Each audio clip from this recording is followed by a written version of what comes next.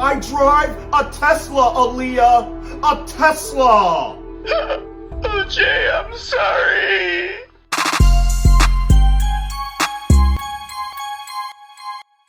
What's up, y'all? It's your girl Roxy with Roxy Says, and we're gonna talk about it. So today we are reviewing, well, not reviewing, but summarizing a whole bunch of interviews that I watched from the cast members of Love is Blind Season 5. Because although the season is over, these cast members have been on tour giving interview after interview, spilling tea, dropping receipts, giving details, and it's a whole lot, okay? So I will be linking all of the interviews down below so that you can watch them on your own, because all of these creators did an amazing job getting the details, asking the questions that weren't asked at the reunion, right? And getting the information that we want to know. If this is your first time here, welcome. And if you are returning, welcome back. So we just hit 12,000 subscribers, and y'all already know how I do. I'm always going to thank you for your support. So thank you. thank you. So let's get into this video. I'm going to start off with the lighter topics, and then I'll save the more heavier topics for the end of the video, okay? So let's start off with Izzy. Izzy did an interview with Nick Viall, the Viall Files. I hope I'm pronouncing that right. But he did an interview before the reunion, and then he did an interview after. Now, I did touch on the interview that he did before the reunion, where he shared the story about how him and his ex-fiance broke up. Those are his words. I'm sure her version of events might be a tad bit different, but if you want to see that, I'll link my video below where I touched on that. However, in this review after the reunion, Izzy said some things that had me like, hold up. So in this interview, Izzy is telling them that all of his conversations with Stacey were always about finances and money. And I'm like, well, that's surprising, because at the reunion, you said that there was never an opportunity for you to bring up your finances, your money, your credit. But on this interview, you're saying that's all she spoke about.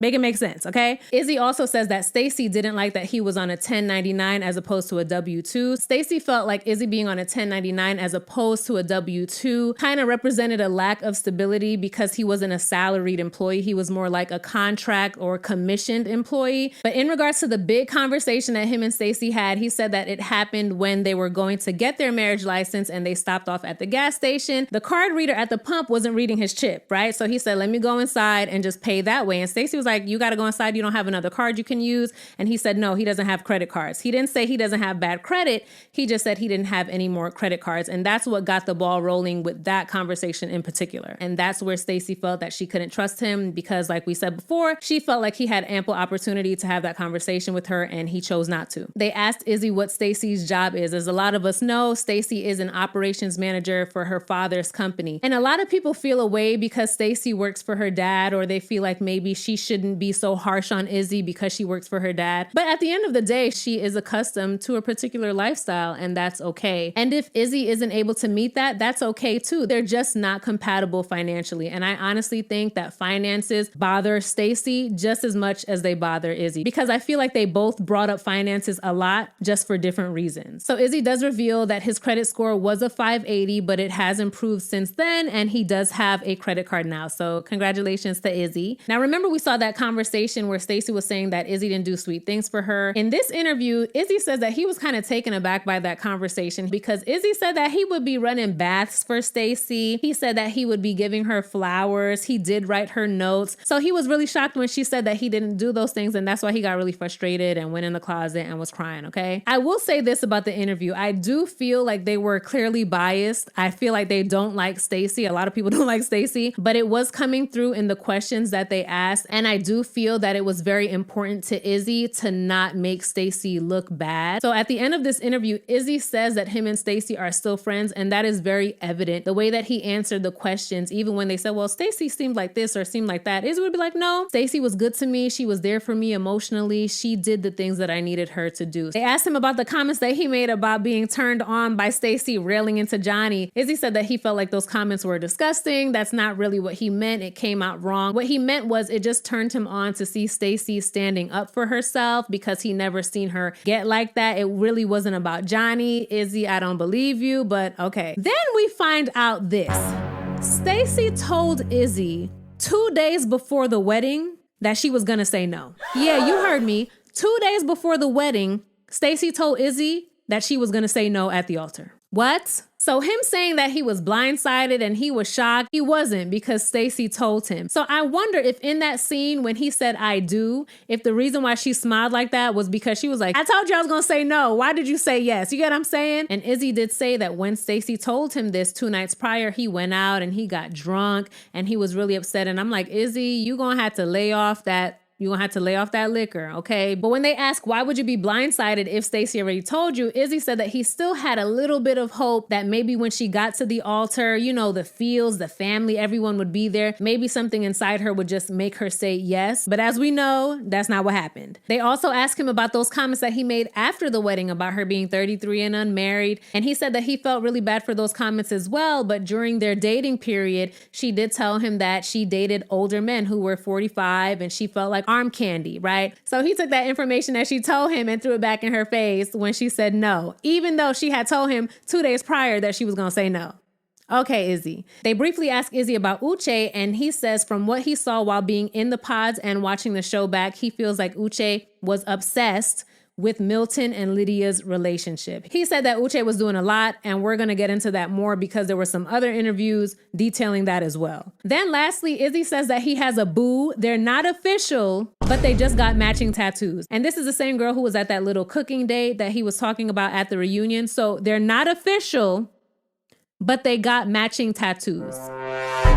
Okay, so that's that on Izzy. Tell me what you think below. All right, y'all. So the next interview we have is with Lydia and Milton. So in this interview, they're discussing living separately for a little bit. Milton lets us know that he is in Long Beach, California for 2 months on a work assignment. Lydia is still in Houston, okay? But Milton says that even though he's been out of state, he's still been back and forth, and him and Lydia have not gone any longer than 2 weeks without seeing each other. So according to them, it still doesn't feel like long distance. Now, in my community post, I did pose the question, should this have been brought up at the reunion? Is it a big deal? Is it none of our business? Or is it not that serious? He's just on a work assignment. Let me know your thoughts below. But I do want to note that the reunion was filmed after the move because he moved in August and the reunion was filmed in September, according to Storytime with Ricky. So they're asked about how they feel about the reunion. Milton says that he feels really good about the reunion. He felt like everyone got to say their piece, but we're going to get to that when it comes to Aaliyah because she did not feel the same, okay? And they also say that neither of them are surprised that Uche didn't show up. They both pretty much say, yeah, that's his character. We're not surprised at all. And the interviewer asks Lydia if there was something that she could say to Uche, what would she say had he shown up to that reunion?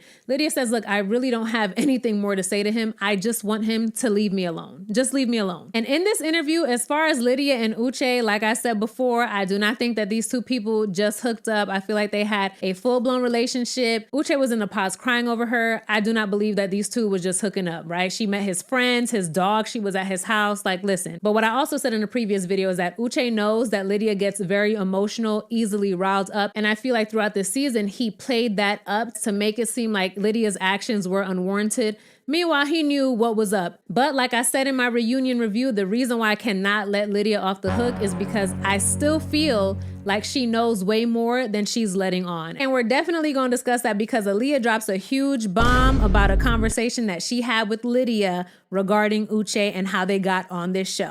But like I also said in my previous review, I do not believe that it was just a coincidence that out of all of the applications, out of all of the people who casting reached out to on dating sites, on Instagram, that somehow Uche and Lydia wound up together on this same season. That's just way too big of a coincidence, and I'm not buying it. Sorry. As some of us know, after the reunion, Uche took to his Instagram stories and he posted a whole bunch of screenshots and explanations about things that were said about him at the reunion. He gave his reason as to why he didn't show up. I think he said he had a prior engagement that was planned way before the reunion and he couldn't miss it. Whatever. I don't believe it. But he also posted a screenshot, and I guess the goal of this screenshot was to make him look like less of a stalker for texting Milton the day after his wedding, asking Milton if he wants to discuss his marriage. And the screenshot that Uche posted is supposed to make it appear as if Milton had called Uche 3 days prior to the wedding. So to make it look like Uche texting him isn't a random thing, that him and Milton are cool and they talk all the time, right? But Milton says that that screenshot was photoshopped, okay? And names were blurred out, and it was a call that Milton did to the group chat, not just to Uche,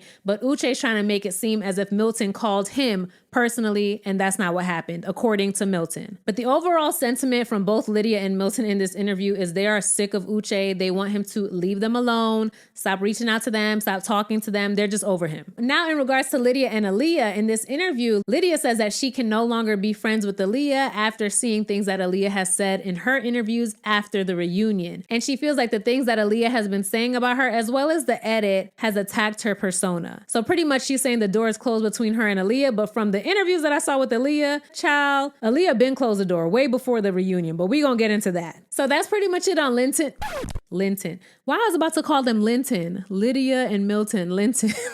So that I'll call them that. So that's pretty much it on the interview with Linton. Okay. If you didn't see my previous video where I touched on Milton's tea, definitely check that out. But like I said before, all we could do is wish this couple the best. They appear to be happy. I'm still giving them the side eye for multiple reasons, but I will say that as a couple, Milton and Lydia, I do commend how they defend one another, how they speak up for one another. That's actually what made me start to like Zach and Bliss, because I didn't like them at first, because Bliss was Zach's second choice. It was how they stuck up for each other at that reunion that made them grow on me. And now Zach and Bliss is like one of my favorite couples. They're so cute and weird together. But anyway, that was last season. Next. All right, so now we're moving on to Aaliyah, because she had a lot to say. And this tea is from like 3 different interviews. I watched Lauren and Cameron's interview. I watched Jessie Woo's interview. And I watched the Marriage and Mirage podcast. And she really dropped a bomb on that one. So let's get into it. So let me start with this. You will never believe who Aaliyah's bestie was in the pods.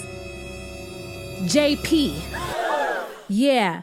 JP. Aaliyah says that they kept rating each other high so that they would be able to have dates with each other and just talk as friends. Aaliyah said that JP would vent to her about Taylor. They would have some really good conversations. That was her bestie in the pod. So you could imagine the shock on her face when she was watching the episodes back. She said she even reached out to him and was like, what's going on? Like, this is not who you were in the pods. But Aaliyah says that she definitely feels like the way that JP reacted was out of insecurity. And she says that they actually cut this from the reunion, but during JP and Taylor's segment, she actually stood up for Taylor and she told him, you didn't suggest Taylor not wear makeup. You demanded it, and that was wrong, but they cut that out. Aaliyah's asked about how she felt about the reunion, and she feels like she was gaslit at the reunion, okay? She felt like from the second her segment was started, the main goal was to minimize her experience or make her feel like what she went through was not that big of a deal. She also says that she don't give a damn about titles or whatever. She feels that Uche and Lydia were in a full-blown relationship. And yeah, I've been saying that. I agree, okay? So regarding the reunion, Aaliyah says that she feels like they tried to make it seem like her having a bad experience was her fault. And part of that came from how Milton responded when she had asked Lydia that question about her and Uche at the reunion, right? So remember, Milton started speaking about Uche and who he was as a person and how he was prying into their relationship in the pods and how Milton shut that down, right? But Aaliyah says that her response to Milton was actually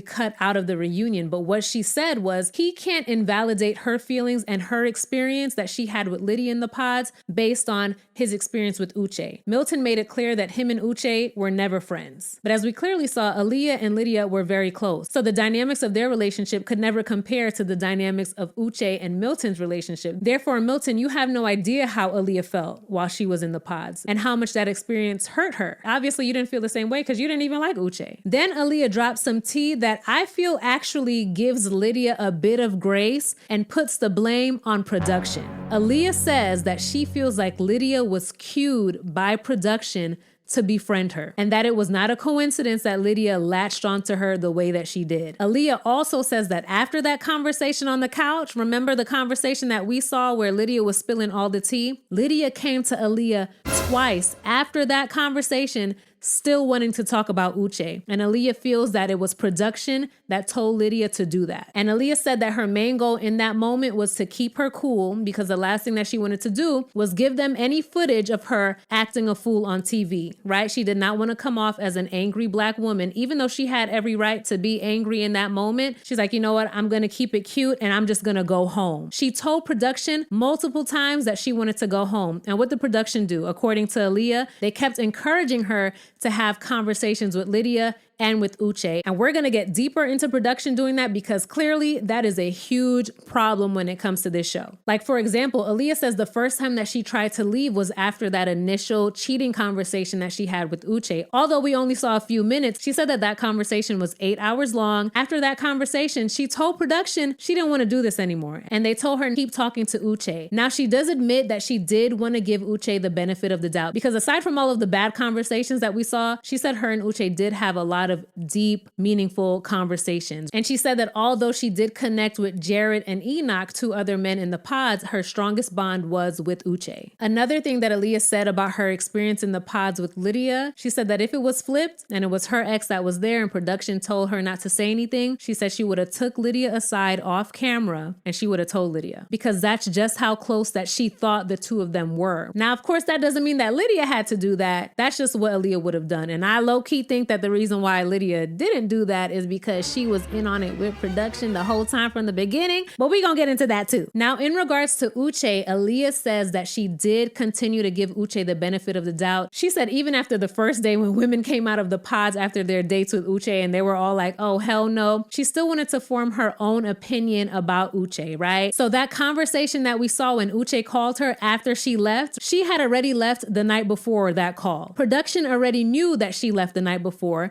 and they still sent Uche in that room to propose to her, knowing that she wouldn't be there. So she also says that that call that we saw, right? Remember that call that Uche made to her after he found out that she had went home?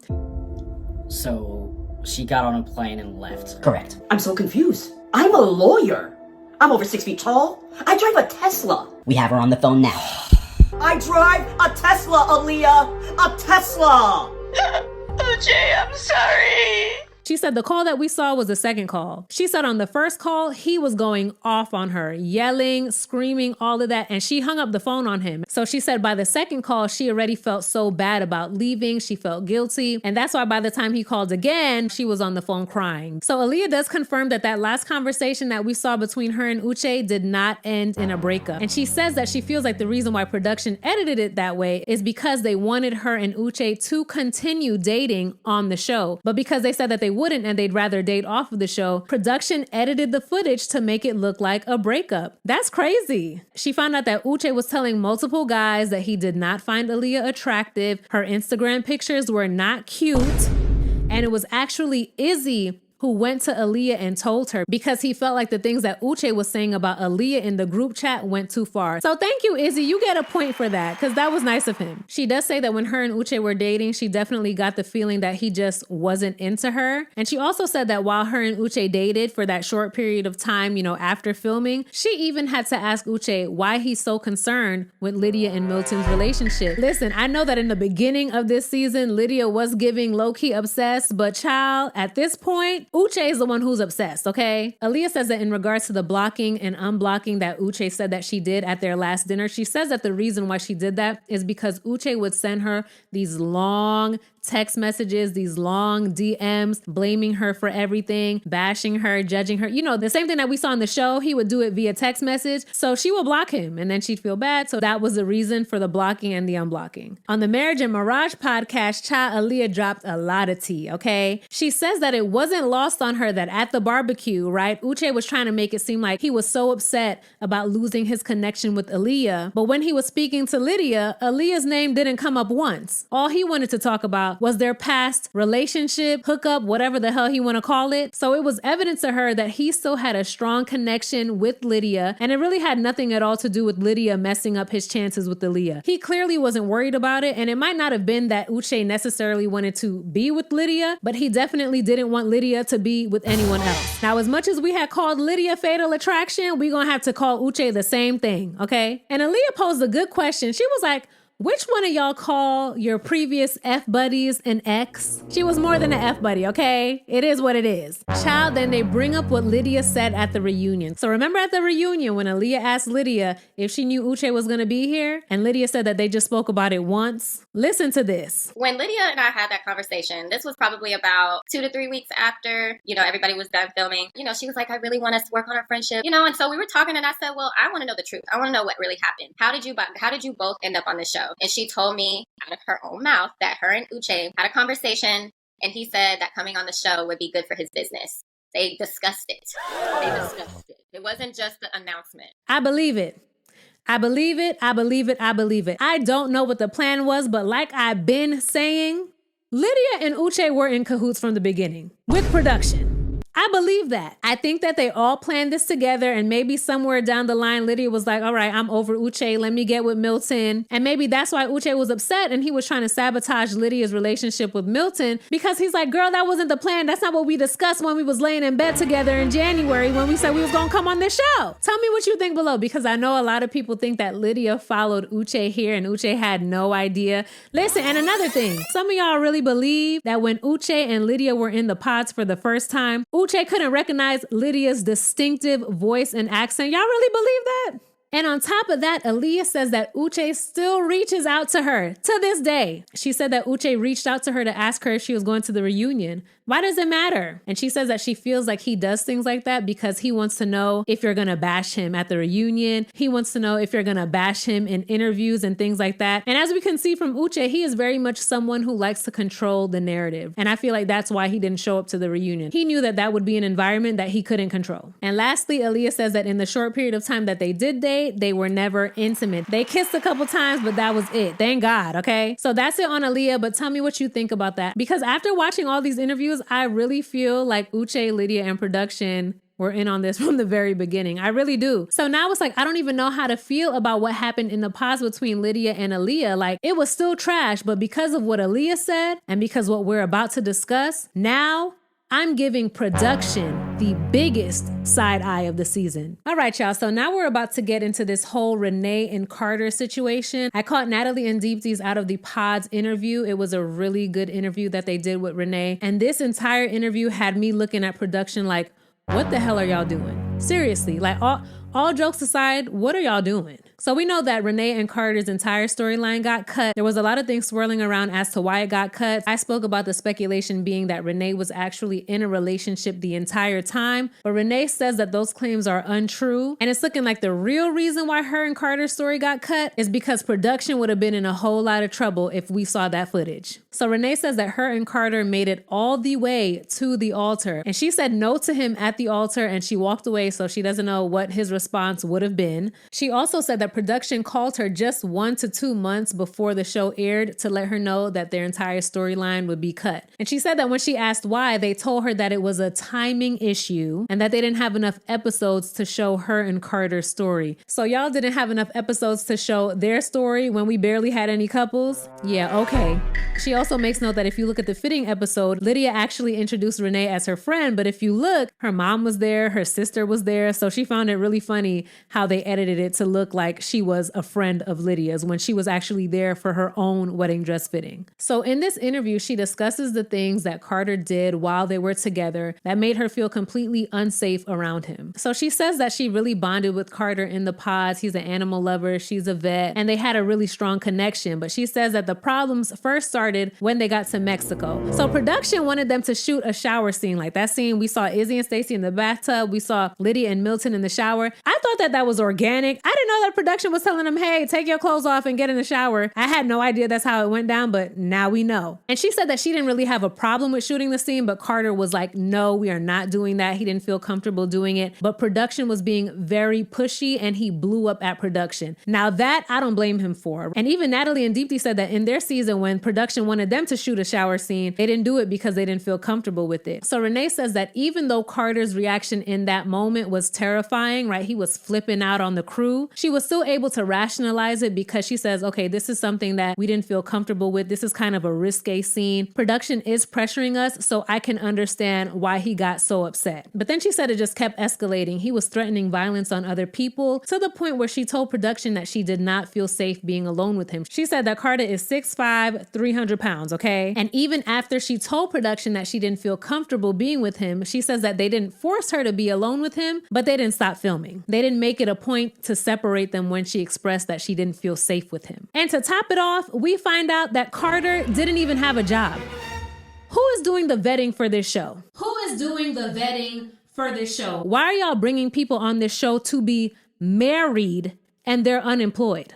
Unemployed. So Renee says that Carter was very honest in the pods. He told all the ladies that he don't got no job. And she says that pretty much on the first date, all of the ladies had dropped Carter, and rightfully so, yeah. But I don't know, I guess she wanted to be a ride or die. She wanted to prove herself like, oh, I'll take care of you, Big Daddy. I guess that's what she wanted to do because she stuck with him, child. But she did say that she made him promise her that he would get a job before they got married. Now, if he didn't have a job before coming on this show, what makes you think that he'll be in a rush to get a job now? So she says after the honeymoon, when they were living together, he was supposed to be looking for a job, but he wasn't doing that. All he was doing was partying, getting drunk, and fishing. That's it. And whenever she'd bring it up, he'd flip out on her. So he was just angry, drunk, and broke.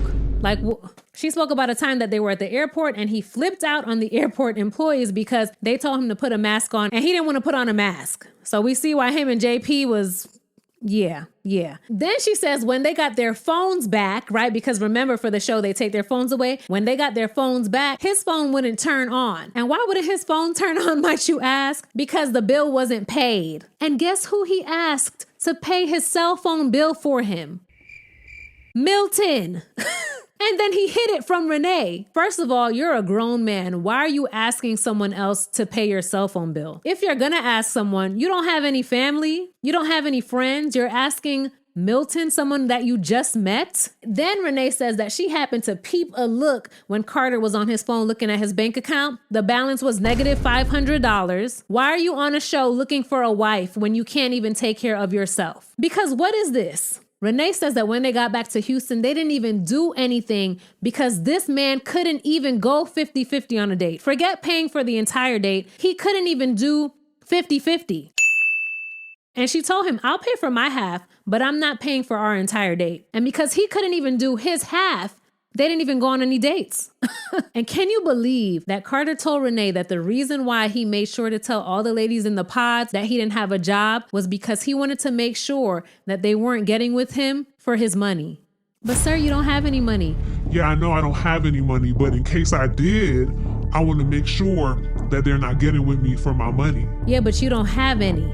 Yeah, I know, but I still want to make sure that... So he wanted to make sure that he was weeding out all those gold diggers who would be digging for the gold that he don't even have. Okay. Renee says that on the night of the barbecue, he was yelling at her. He told her to shut the F up. And even after all of that, Renee says that production was still telling her to give Carter a chance. She said that what production constantly did was make the women feel guilty to leave these situations. Production would say, hey, give it more time. They're probably stressed, right? This is a different environment. This is a new experience. Child, Renee says that in their last interview, Carter called her a trashy thought. He said, look at your body. You're not even hot. You're lucky that I picked you because no one else in the pods wanted you. But wait, there's more. Apparently, he brought another woman to the hotel that they were staying at. And Stacy and Izzy were actually filming a scene and they saw him with the other woman. And production had to make Carter and the woman that he brought leave. And when Renee confronted him about it, he said, well, he has needs and she hasn't been giving him any affection. Renee also says that she has a license to carry and production actually asked her not to leave her gun in her car because they didn't want Carter to be around it. So they were fully aware of how dangerous Carter was, right? Renee had complained about Carter. Carter blew up at people on production, and it seems like a lot of them were just as afraid as Renee, but according to Renee, they still wanted her to keep filming. And in this interview, Natalie actually calls out Chris, right? Chris is the producer of the show. And this is the same Chris that did that interview with People magazine and said that he had no idea that Uche and Lydia knew each other. Yeah, that Chris. Natalie calls him out, and Natalie refers to an interview that we're going to discuss right after this regarding those SA allegations, where Chris says that the production company prioritizes the well-being and the safety of the cast, and Natalie says that is not true. And let me just say this, both Deepti and Natalie, but especially Natalie in this interview, you can tell that they were very triggered. Like if you go back and look at this interview, she was really shaken up. But Natalie and Deepti do ask Renee about all of the rumors that have been going around. And Renee says that she was 100% single during the filming of this show. She does say that the person who she is currently married to, she did know him before filming this show, but she says that during the filming of the show, she was 100% single. okay? And she also says that her having a boyfriend is not the reason why she got cut from the show. And I believe that because even in one of my previous videos, I said, how juicy would it have been to see Carter find out that Renee had a boyfriend the whole time? That would be good TV, right? Producers would eat that right on up. Even Carter bringing another woman back to the apartments, that would have been TV gold. That would have been the talk of the entire season. But clearly, whatever happened between Renee and Carter was bad enough for production to say, even though those would have been some scenes that had everyone talking, we got to cut their whole story, because that's just going to add fuel to the fire on the lawsuits that they're currently dealing with. And we're going to get into that lawsuit in a second. But can you imagine if we saw Renee and Carter's story during the same season that this SA allegation is going on? They couldn't risk it. And that's why I do believe when Renee says that the reason why her story got cut had nothing to do with her having a boyfriend, not having a boyfriend, and it had everything to do with them not wanting the viewers to see what was allowed to continue on set. Allegedly. Between her and Carter. All right, y'all. So now we're going into the lawsuit that Tran Dang filed against Kinetic. And this will include SA, so just wanted to give you a warning, okay? So Tran Dang was a season 5 cast member of Love is Blind, and she alleges that her then fiance, Thomas Smith, SA'd her while filming, and that production did nothing to intervene. And her suit is against Kinetic Content, Delirium TV, and Thomas Smith. And she also alleges false imprisonment and negligence, okay? I'll link the article down below that goes into further detail about what Tran is alleging that Thomas actually did to her, despite her objection. And in the article, Tran claims that production gaslit her, and allegedly they implied that it was her fault for not effectively communicating or taking the relationship seriously. Chris Colin, I think that's his last name, he did an interview in regards to the allegations, and he said that the claims were preposterous, and everyone who participates in Love is Blind